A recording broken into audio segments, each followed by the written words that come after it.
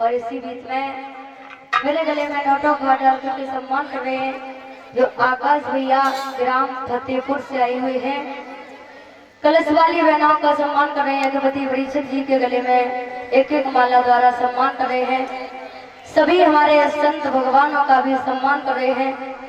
समस्त स्टाफ का भी सम्मान किया है। आशा करूंगी आकाश भैया के दान को हाथ बढ़ते रहे,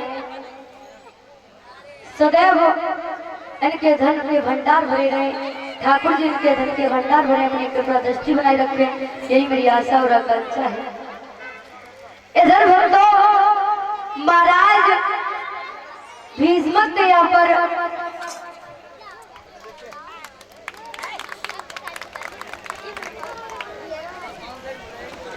और जो भी हमारे गले में नोटों का हाथ डाल करके सम्मान करके गए थे, जो हमारे जीजा है ना पासू, उनके बड़े भाई हैं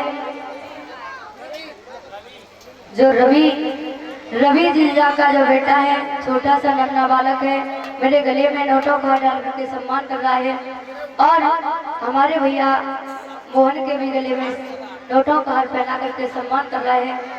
सभी कलश वाली बहनों को एक एक थाली द्वारा सम्मान कर रहा है। यज्ञपति और परिषद जी का भी सम्मान कर रहा है।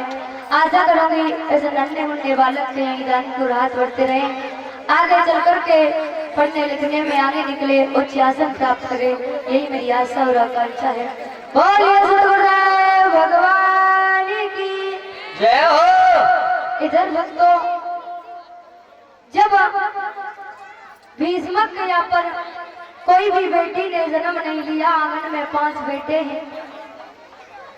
एक दिन विचार करने लगे, क्योंकि भक्तों जब किसी घर में बेटी जन्म ले तो उसके पिता के सौभाग्य होते हैं, जो घर में लक्ष्मी आती है। जब भी हमारे आंगन में बेटी पैदा होती है तो भाग्य और लक्ष्मी साथ में लेकर के आती है। इधर भक्तों भीष्मक जी बेटी की चाहत में इधर उधर घूम रहे हैं। एक दिन बहते हुए जल में जो कमल का पुष्प बहता हुआ चला जा रहा था,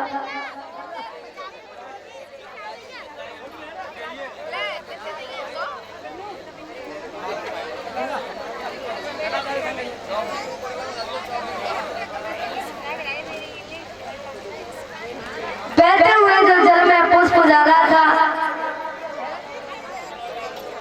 जैसे ही महाराज भीष्मक ने उस जल में बहते हुए पुष्प को देखा है तो उस पुष्प पर एक छोटी सी लड़की जा रही थी।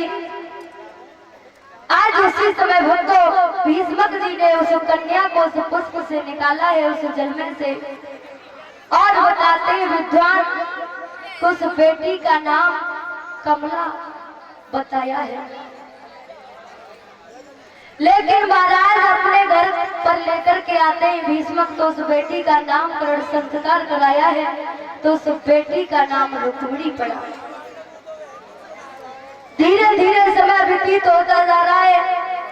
जब घर में एक बेटी ने जन्म लिया है, महाराज ने भीष्मक जी ने ताली बजा के करो भैया।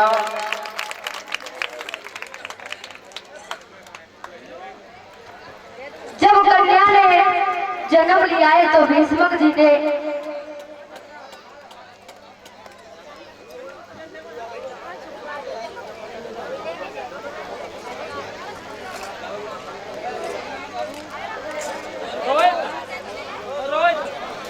और इसी बीच में जो ये अर्पित यादव सुखाबाद से आए हुए हैं, जो हमारी बहन जी पूनम यादव जो नगला कद्दू निवासी हैं, उनकी जो ननद है संगीता, उनके सुपुत्र ये अर्पित यादव मेरे गले में नोटों का डाल करके सम्मान कर रहे हैं। आशा करूंगी बेटा यही दान को राहत बढ़ाता रहे, आगे चल करके मम्मी पापा का नाम रोशन करे, उच्च आसन प्राप्त करे, भगवान इसे सरकारी नौकरी में भी जगह दे, मेरी आशा और आकांक्षा है। बोलिए सतगुरुदेव भगवान की। इधर भक्तों, जब उस लड़की का नामकरण संस्कार कराया है तो उस लड़की का नाम रुक्मिणी पड़ा। आज महाराज भीष्मक जी ने आदेश दिया है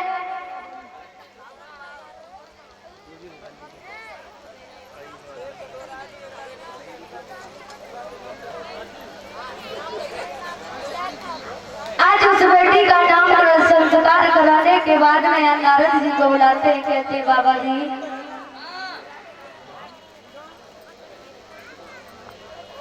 जय श्री राम। जय सिया राम। गुरुदेव आप बहुत अच्छे मौके पर आए हो। राजन, आवाज थोड़ी कम करो। राजन, हाँ बोलो। ये तेरे मुंह पर, तेरे चेहरे पर बनाई फूल की तरह चेहरा खिल रहा है तेरा। गुरुदेव क्या बताए, खुशी की तो बात है। क्यों? हमारे घर में एक कन्या ने जन्म लिया है। राजन, एक कन्या ने जन्म लिया है तो इतना खुश क्यों है? हमका 4 लड़के ही लड़का है, कोई कन्या आती नहीं। लेकिन राजन, तुझे इतनी खुशी है अपनी बेटी की,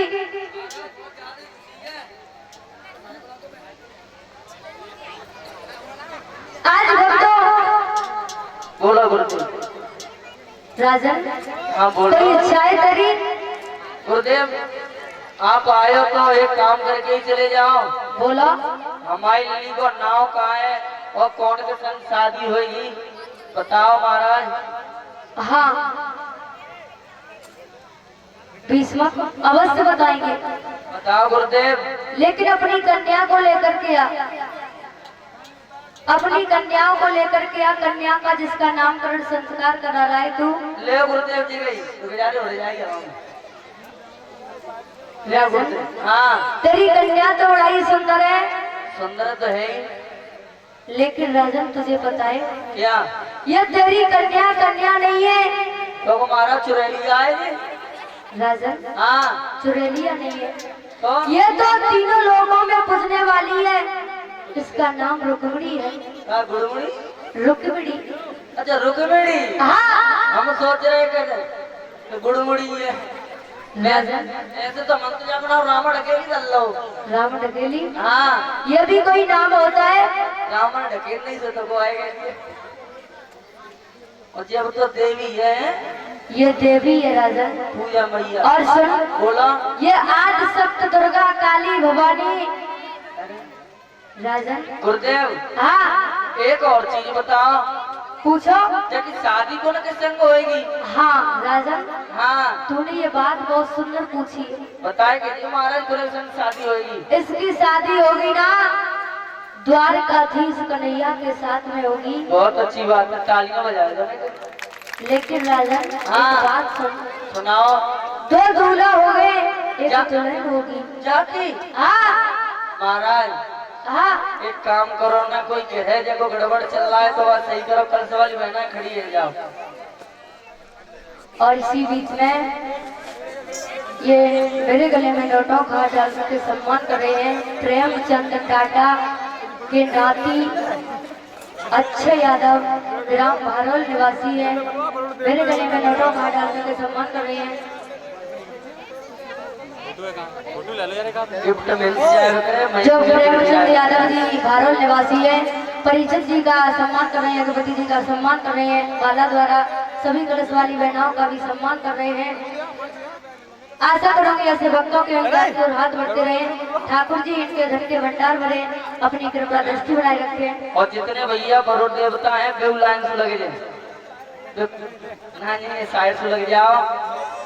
और इसी बीच में जो अभी मेरे गले में 501 की माला डालकर के सम्मान करके गए हैं, अंश फोटो स्टूडियो, जो हमारे धर्मेंद्र और अनिल भैया जी है ना, जो ग्राम भारोल निवासी है, जो आपके बीच में ये कैमरा चल रहा है, अंश फोटो स्टूडियो, इनकी तरफ से हमारे गले में 501 की माला पहना करके सम्मान हुआ है। यज्ञपति और परिषद जी का भी माला द्वारा सम्मान हुआ है। सभी कलश वाली बहनों का भी सम्मान हुआ है। संत भगवानों का भी सम्मान हुआ है। समस्त स्टाफ का भी सम्मान हुआ है। ऐसे दानदाताओं के लिए एक बार जोरदार तालियां बजाए दो। बोलिए सतगुरुदेव भगवान की जय हो प्यारे। इधर भक्तों, रुक्मिणी का नामकरण संस्कार किया है। आज हस्तरेखा को दिखा करके नारद जी अपने अपने धाम को चले जाते हैं। इधर भक्तों, धीरे धीरे समय व्यतीत होता जा रहा है। रुक्मिणी अपने आंगन में सखियों के साथ में खेलती है। जब धीरे धीरे बिटिया सियानी होती जा रही है, तो एक दिन मैया सुतमती जाकर के जहाँ पर रुक्मिणी खेल रही थी, जाकर के पहुंच जाती है, कहने लगी, बिटिया। हाँ मैया। ओ बिटिया। ओ मैयो, क्या कह रही? बरोड़ देवता ललित, बरोड़ देवता जितने भी हैं भाई जल्दी आ जाओ, देखो लेट मत करो। और भैया शांति बनाए रखिए, शोरगुल बहुत कर रहे हो भैया। और भैया यहाँ क्या हो रहा है? भैया शांति बनाए रखो भैया। इधर भक्तों, जब मैया सुतवती जाकर के रुक्मिणी के पास में पहुंची है, कहने लगी, बिटिया। हाँ मैया। ओ लली। क्या कह रही मम्मी? लली। ओ मम्मी। तुझे क्या कर रही है? मम्मी मैं खेल खेल रही हूँ। खेल? हाँ। अरे भैया धीरे धीरे बात करो, क्यों शोरगुल कर रहे हो? बरोड़ देवता भैया आराम से पीता मर ले ले। बिटिया। हाँ मम्मी। तुम काय को खेल खेल रही हो? मैया मैं गुड़िया गुड्डा को खेल खेल रही हूँ। बिटिया। हाँ मैया। जो गुड़िया गुड्डा को का खेल बोल होता है? मैया। हाँ। ये हमारी गुड़िया है। हाँ। और जाको गुड्डा है। लेकिन बिटिया तुझे गोल गोल घुमाई काय को रही है? मैया नौकर की जगह फेरा है, जाके शादी रह रही है। लली। ओ ये फेरे का हो बताए? ब्याह हो तो है। ब्याह?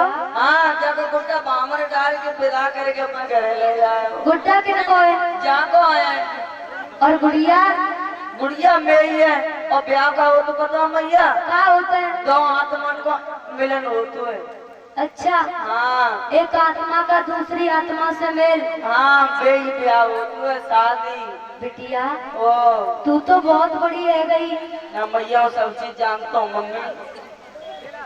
आज भक्त उसी समय सुतवती जाकर के अपने महलों में पहुंच जाती है। आज सुतवती ने जाकर के महाराज को बुलाया है। महाराज भीष्मक को बुला करके बोली है, मैया महाराज तुम अपने महलों की चिंता नहीं करते हो, तुम सारे दिन अपनी उस प्रजा में समय बिताते हो, लेकिन तुम्हें ये नहीं बताए घर में बिटिया विवाह के योग्य हो गई है। आज भक्त उसी समय भीष्मक कहने लगे, रानी। हाँ बोलो स्वामी। हमारी बिटिया विवाह के योग्य हो गई है। देखो कितनी बड़ी है गई है, बैठ रही है, देखियो देखो।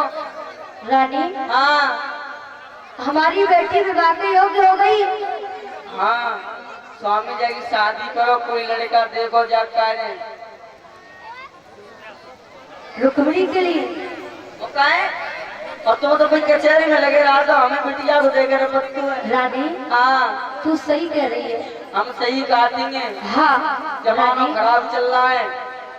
और परीक्षित महाराज ध्यान रखना, अगर जिस घर में लड़की विवाह के योग्य हो जाए तो लड़की का विवाह कर दो, क्योंकि जब भी लड़की विवाह के योग्य होती है तो पिता के ऊपर बड़ा ही बोझ होता है। मैया के ऊपर बड़ा ही बोझ होता है, क्योंकि घर में लड़की सियानी है, विवाह के योग्य है। जब भी तुम घर से जाते हो दुनिया वाले लोग क्या से क्या बनाने लगे, इसलिए अगर हमारे घर में लड़की विवाह के योग्य है तो अवश्य विवाह करना चाहिए। इधर भक्तों भीष्म कहने लगे, रानी अवश्य हम शादी के लिए कोई वर तलाशे कि तुम कचहरी में वो करियो, तुम अपनी हृदय को धैर्य धारण करो रानी। हाँ, जाओ तुम। आज भक्तों उसी समय महाराज भीष्म जाकर के कचहरी में पहुंच जाते, उसी समय जाकर के मंत्री को बुलाया है और मंत्री से बोले, मंत्री। हाँ महाराज। मंत्री बोलो महाराज। तुम्हें पता है? हमें क्या पता? हमारे यहाँ पर जो हमारी बेटी है ना, क्या है महाराज? हो कुछ नहीं गया। तो कुछ परेशानी हो सो बताओ, डॉक्टर को दिखा, पर भी डॉक्टर को। मंत्री। हाँ महाराज। हमारी बेटी विवाह के योग्य हो गई है। तुम्हारी बेटी शादी की योग्य है गई? हाँ। अरे महाराज कल तो बिजुल खेले वक्त थी। नहीं मंत्री। हाँ हमारी बेटी विवाह के योग्य हो गई है, कोई गड़बड़ हो तो बताएं। महाराज। हाँ। अपनी लली की डेट ऑफ बर्थ कितनी है? हमारी बिटिया की date of birth. Date of birth हाँ होगी करीब करीब 16-17 साल होगी। अच्छा 16-17 साल। हाँ हो पाई होगी अब। तो लड़का इसका मतलब 18 साल का होना चाहिए। हाँ। तो महाराज एक काम कर लो ना।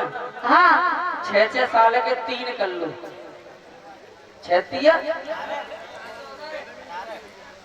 अच्छा 18। क्या पागल हो गए हो? महाराज देखो हमारी बात पर गौर करो। हाँ। अगर काउ तरीका से फिर लॉकडाउन लगा, तुम खांसी है जुकाम रहेगा, तो हमारा 13 मात्र के इंजेक्शन लगे लग के मच जाएगा।